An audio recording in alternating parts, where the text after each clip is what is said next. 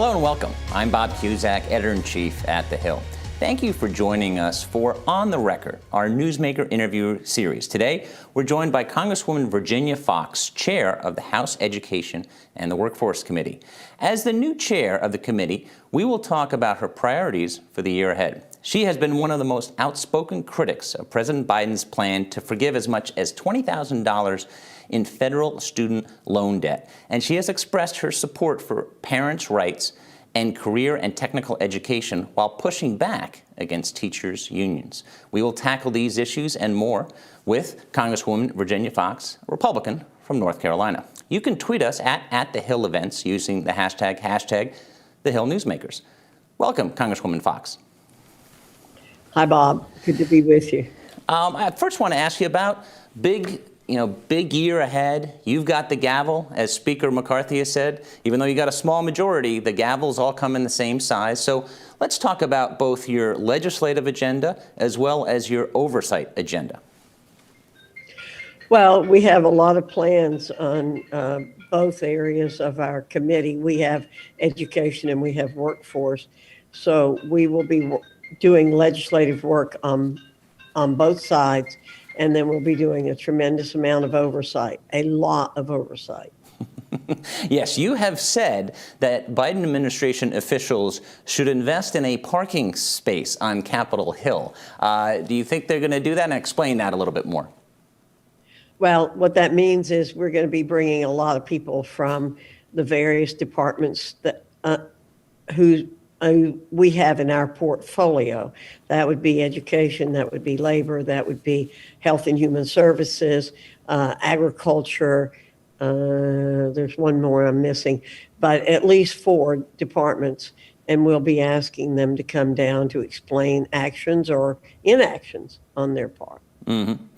How much cooperation did you get from the Biden administration in the last Congress as ranking member of the panel? A number of now chairmen who used to be ranking members said the cooperation was almost zero.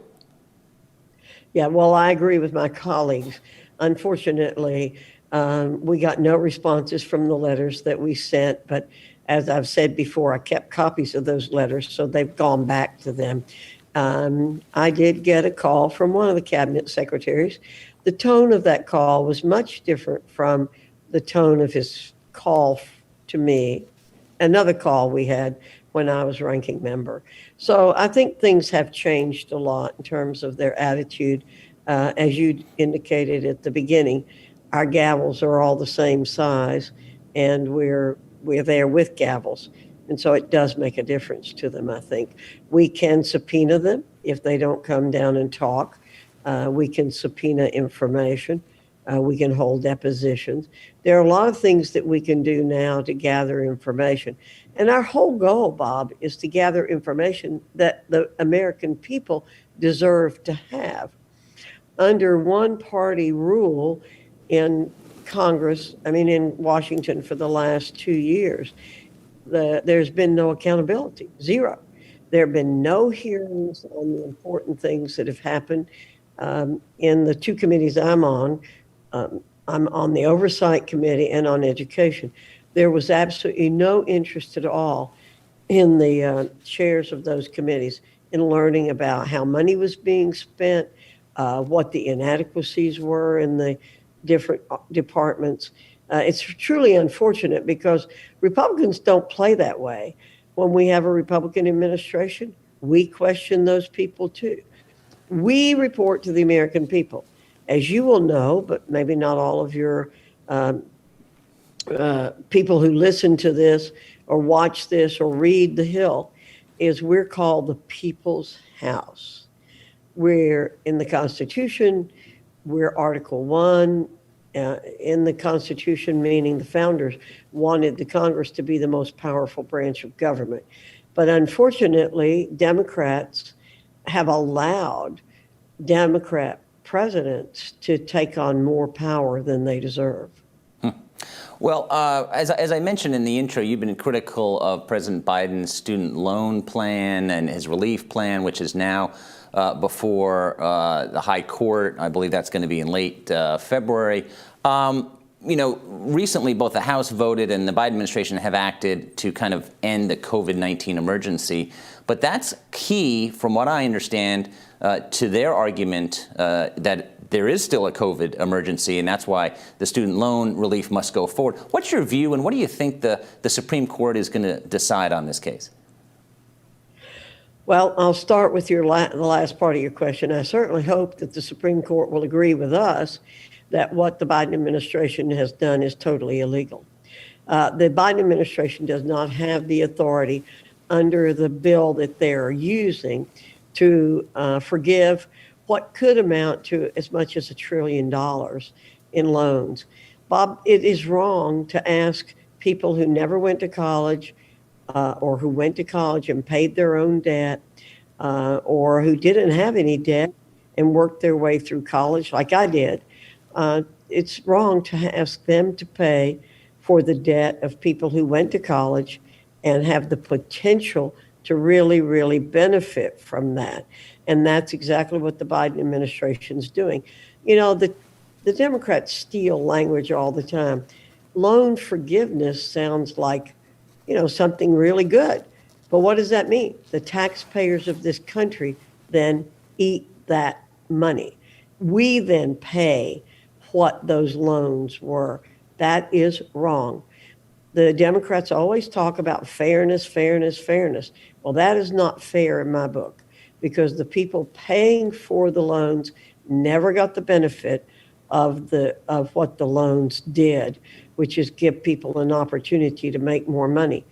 Furthermore, a vast majority of the people, it's about 60%, I think. I didn't try to memorize numbers for this interview, but I think it's about 60% of the money that would be paid by the taxpayers was taken on by graduate students, lawyers, Wall Street people, doctors, dentists, those kind of people who certainly have the wherewithal to pay back their loans.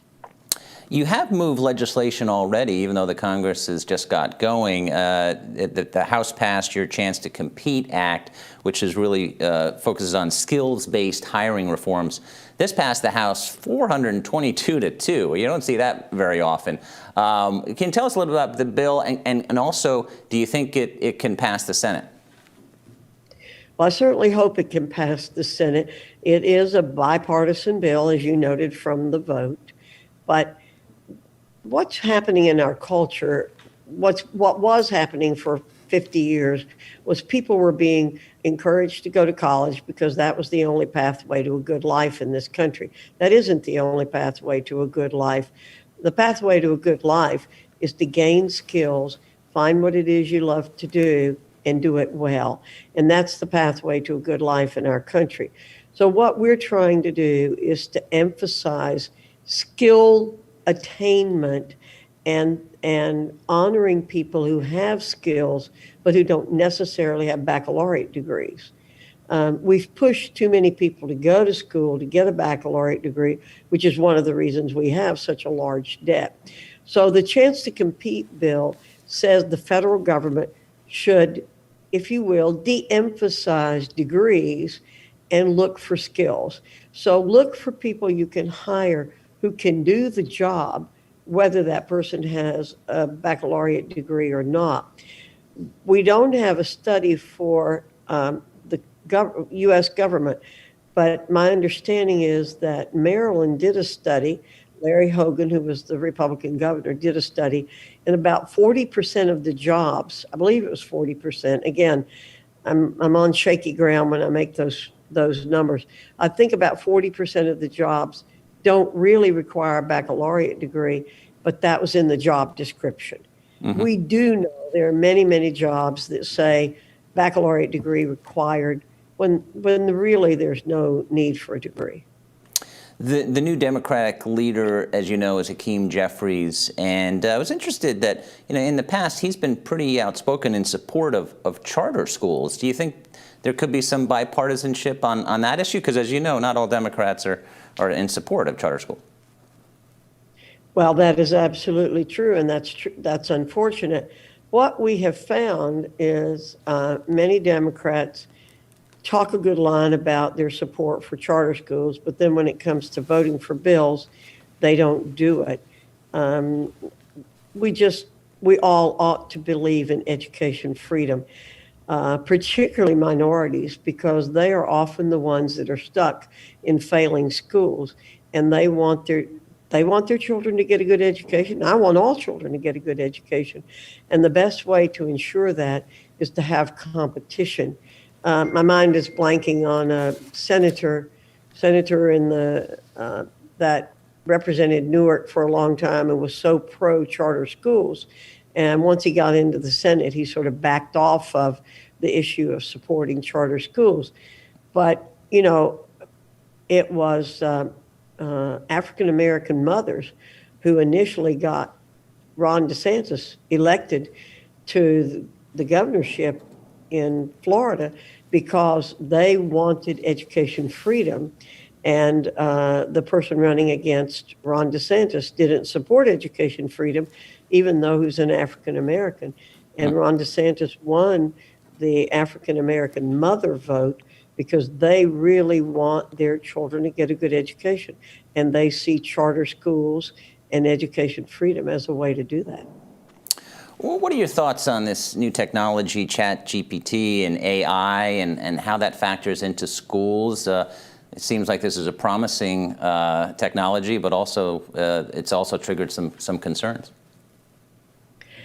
Well, when I first learned about this a few weeks ago, and I was asked, I think by a reporter, I said, well, haven't fraternities and sororities always had old tests and old papers that they could present to people? And aren't, even in high school, I think people have been able to share information.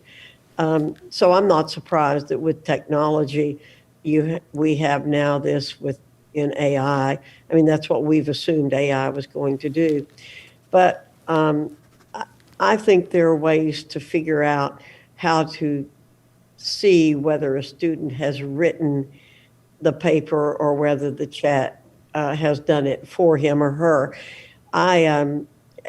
Technology is going to do great things, and sometimes it's going to do things we really don't want it to do, but we're stuck with it. I did hear actually a story on the radio this morning. I listen to WMAL when I'm in town. I'm in my apartment so little I don't have a TV, and I understand that they asked the chat to write a nice poem about President Trump, and it refused because it said it couldn't do it because it was politically neutral. But then when the chat was asked to write a poem about Biden, it wrote one with several stanzas, all very complimentary. So I really do wonder again, as we have wondered, as Republicans wonder and bring up the issues about social media being neutral. And it certainly didn't seem like the chat was neutral in that case. All Republicans ask for is that we have a neutral playing field, level playing field, treats everybody fair. But it'll be a challenge for teachers, I'm sure. You know, I taught for 15 years at Appalachian State University, and my students, for the most part, turned in okay papers. I did have one student one time, he was a senior actually, who brought a paper to me that was so bad. I said, look, it's going to get an F if you don't rewrite it. And I sent him back to the writing lab. Maybe we won't have too many like that, but hopefully students will know they need to learn to write and not rely on AI to do it for them. Mm-hmm. That makes sense. It's been an intense couple of years with COVID-19. What are your takeaways? It's been such a polarizing time, and now we're getting back to life as somewhat normal, though COVID has changed so many things. But from an education standpoint, what have we learned? What do we need to do? Well, we've learned that the teachers' unions did almost irreparable harm to children in schools by insisting that the schools stay closed. The students have lost a tremendous amount in terms of their It will take years if they ever get it back. And now even Randy Weingarten has said, oh, they were wrong because of what's happened. COVID money, a lot of it's been wasted. It was given to the schools to help with learning loss. And I'd like to see that more spent on learning loss to do everything possible to help the students recover from it. But it is really going to be difficult for that to happen. And we've done the children who were in school a terrible disservice. And I shouldn't say we, I should say they did the children who were in school a terrible, terrible disservice by denying them the opportunity to be in school and to learn. And I hope at some point they'll be held accountable for that. I came to Washington in 1995 covering the Labor Department. You've been critical of the Labor Department and Secretary Walsh, specifically on his involvement in collective bargaining battles. Is that going to be something that you're going to do oversight on? Oh, absolutely. You know, I've met with Secretary Walsh. He's a pleasant person to be around, but I think he misreads his role. He's been on the picket lines when he should be a neutral observer. It's not appropriate for the Secretary of Labor to show up on picket lines. Again, he's not supposed to take sides in those situations. I'm very concerned about the NLRB and the work that it's doing. I'm worried about the department not holding union bosses accountable for the money that the hardworking union members give them. I'm not opposed to union members. I'm opposed to union bosses that abuse the money that's given to them by the hardworking members of the unions.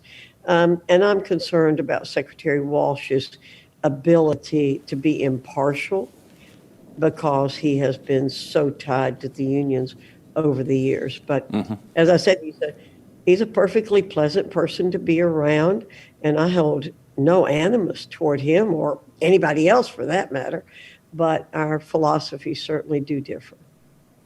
You know, there's been so much emphasis and media attention on student loan relief, but as someone who's going to have 3 kids in college next year, what about the cost of college education? What can be done? It has really just skyrocketed in recent years. Well, Bob, I'm going to give you a star for asking that question because that is really the root of the issue, and not enough people ask about it. You know, when the federal government has a blank checkbook or gives a blank check to colleges and universities, they have no reason at all to hold down the cost of education. And that's really what should be happening. People have read, you probably have done some stories on the high number of administrators that have been hired in colleges and universities and how college and university costs have gone up higher than even healthcare costs with inflation. So it's unnecessary that be done. They can sometimes blame it on the federal government and say it's because of rules and regulations. But the colleges and universities truly need to examine what they are doing. And we certainly want to hold them accountable for how they, again, are spending hard-working taxpayers' dollars. Because we have a small number of people in this country who can just write their own check for college and afford to take out 4 years or 6 years, and not 4 years anymore. Most students are not graduating before 6 years. But you will be seeing with our reform in higher ed that we will be focusing on the high cost of an education. There's a lot of things that can be done.